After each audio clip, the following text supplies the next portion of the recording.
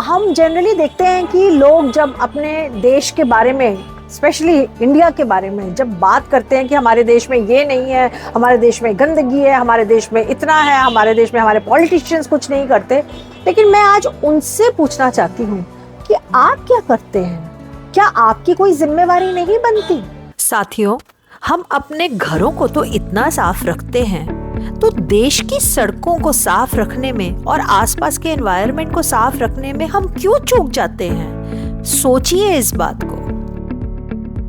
राजू भैया हैं ये हमारे, और इनकी यहाँ एक छोटी सी पान की दुकान है, बहुत सालों से हैं ये हमारे साथ, और हम देखते हैं ये काफी सफाई का ख्याल रखते हैं। इन्होंने देखिए यहाँ पे एक डस्टबिन भी रखा हुआ है जो सफाई के लिए ही है, और लोगों से ये बोलते रहते हैं, है ना, रिक्वेस्ट करते हैं कि इसी में डस्टबिन में इसी में ही डालिए। तो ये अपनी तरफ से बहुत अच्छा काम कर रहे हैं। हमारे, आपको पता है ना राजू भैया, हमारे प्रधानमंत्री ने ये स्वच्छता दिवस चलाया हुआ है, तो आप उसमें कैसे योगदान दे रहे हैं बताइए आप। जिस तरह कहेंगे साहब उस तरह हम करेंगे। उस तरह सफाई तो मैं करता भी हूँ, दिन भर में 10 बार 15 बार झाड़ू मारता हूँ। हाँ। कूड़ा उठाकर इसमें डालता हूँ। हाँ। और सुबह जो सफाई करनी आता है वो सफाई कर अपना जाता है। जी जी मैं जी। सफाई का पूरा ख्याल रखता हूँ। हाँ, तो आप सारा कुछ, आप लोगों को भी जो आते हैं उन सबको रिक्वेस्ट करते हैं कि इसमें डालिए, डालिए। तो ये बहुत अच्छी बात है। राजू भैया अपनी तरफ से पूरी कोशिश कर रहे हैं कि आसपास की सफाई रहे, तो हमें भी ऐसे ही रखना चाहिए। देखिए कूड़े का डब्बा है, झाड़ू है, और रेगुलर इंटरवल्स पे ये सब काम करते हैं। तो हमें राजू भैया का इस चीज के लिए थैंक यू करना चाहिए। राजू भैया थैंक यू वेरी मच, बहुत अच्छा आप काम कर रहे हैं। राजू भैया जैसे समझ गए, हम सबको भी समझना पड़ेगा कि सड़क पर कूड़ा डालना हमारा अधिकार नहीं है। इस आदत को आप अपनी सही सोच और दृढ़ निश्चय से जरूर सुधार सकते हैं। सरकार ने जगह जगह पर कूड़ेदान बनाए हैं। बाहर जाएं तो कूड़ा स्ट्रिक्टली कूड़ेदान में ही डालिए। आइए अपने बच्चों को, अपने घर वालों को, सबको ट्रेन कीजिए, शुरुआत से ही ट्रेनिंग दीजिए कि जैसे आपका अपना घर आपका अपना है, इसी तरह से ये पूरा देश जिसमें आप पैदा हुए हैं, जो आपको इतना देता है, वो भी आपके घर के जैसे है। तो उसे भी जैसे आप अपने घर को साफ रखते हैं, उसे भी वैसे ही साफ रखिए, उसे भी वैसा ही प्रेम दीजिए। सब मिलकर दृढ़ निश्चय करते हैं कि आगे से हमारे देश में स्वच्छता अभियान चलाने की आवश्यकता ही ना पड़े, और इस प्रतिज्ञा को आगे लेके जाइए।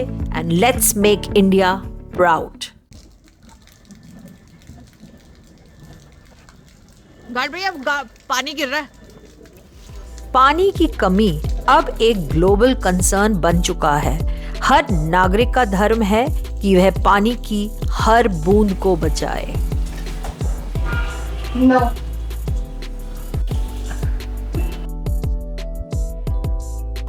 दोस्तों, पानी की हर एक बूंद जरूरी है, इसलिए उसको बर्बाद ना करें। जैसे कि हमने आरओ के पानी को एक बकेट में स्टोर करके रख रखा है, ताकि हम उसको घर के कामों में इस्तेमाल कर सकें, चाहे वो बर्तन धोना हो, पोछा लगाना हो या कुछ भी अन्य काम।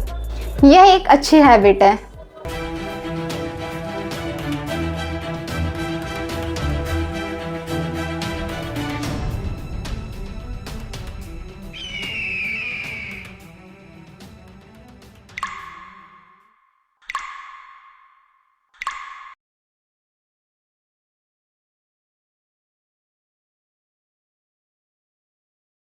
मुझे वो समय याद है, हमारे देश में, यहाँ तक भारत की राजधानी दिल्ली में भी घंटों घंटों तक बिजली नहीं होती थी। स्मरण कीजिए कितनी तकलीफों का सामना करना पड़ता था।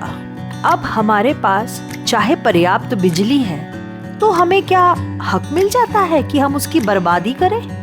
अब आप देखिए, यहाँ पे सुबह के 9 बज चुके हैं और मैं इस पार्क में घूम रही हूँ, लेकिन बिजली पूरी जल रही है। कौन जिम्मेवार है? देखिए, आज की पीढ़ी, मोबाइल भी चल रहा है, टीवी भी चल रहा है, लाइटें भी जल रही हैं और पंखा भी चल रहा है, शायद एसी भी चल रहा होगा, लेकिन इन्हें कहाँ होश। हीना, हाँ? तुम कुछ भूल नहीं रही क्या? नहीं तो। अरे वापस आके देखो तो सही कमरे में, तुम कुछ भूल गई हो शायद।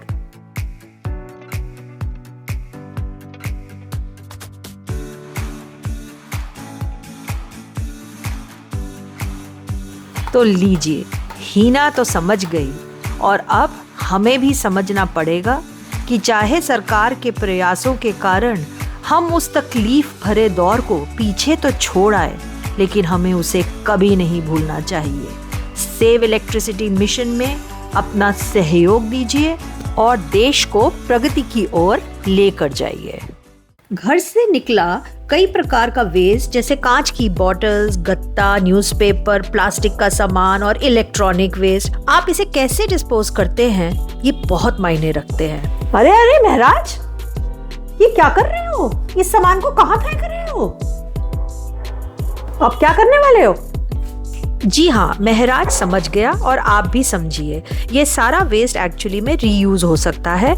इससे एनवायरनमेंट को बहुत फायदा होगा, पोल्यूशन कंट्रोल में आएगी और कूड़ों के ढेर से भी निजात मिलेगी। आपको करना क्या है, इस वेस्ट को कभी भी डस्टबिन में ना फेंके, बल्कि घर के एक स्थान पर एकत्रित कर ले और हर महीने अपने स्थानीय कबाड़ी को पहुंचा दे। आपका यह सहयोग एक अच्छे नागरिक होने का प्रतीक है।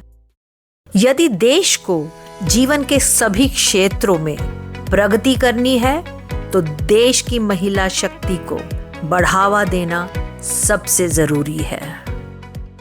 जब मैं 16 इयर्स की थी तब मेरे फादर भी बोलते थे कि पढ़ाई लिखाई करके क्या होगा, बाद में तो शादी होनी है, शादी के बाद चूल्हा चौका, फिर क्या, बस खत्म, ये सब इसी में लड़की की जिंदगी खत्म हो जाती है। तो फिर मैंने अवॉइड किया, मैं इतना सुनती नहीं थी। फिर मेरी मम्मी मुझे देखती थी, मेरे फादर लाइट ऑफ कर देते रात को कि ये पढ़ेगी नहीं, बट मेरे उधर लाइट जलती है बाहर गवर्नमेंट की, तो मैं उसके नीचे पढ़ती थी।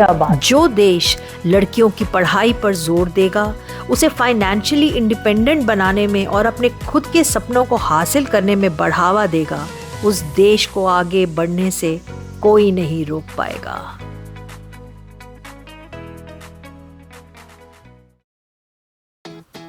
व्यायाम और हेल्दी लाइफस्टाइल आज की बहुत बड़ी जरूरत बन चुकी है। जिस देश का हर नागरिक सेहत पर ध्यान दे और जिस देश में बुजुर्गों का प्यार और समय दिया जाए, वह देश तो स्वर्ग से भी सुंदर होगा।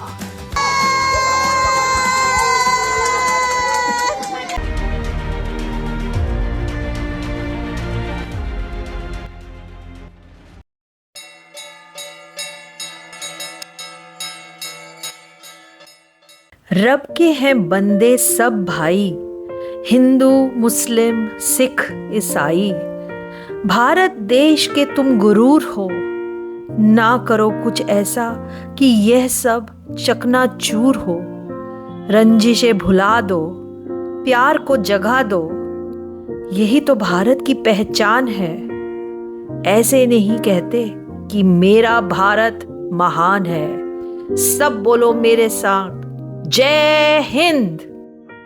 हर हिंदुस्तानी उन बातों का भी ध्यान दे दे तो हमारा देश स्वर्ग हो जाएगा और वही आपकी सच्ची देशभक्ति कहलाई जाएगी।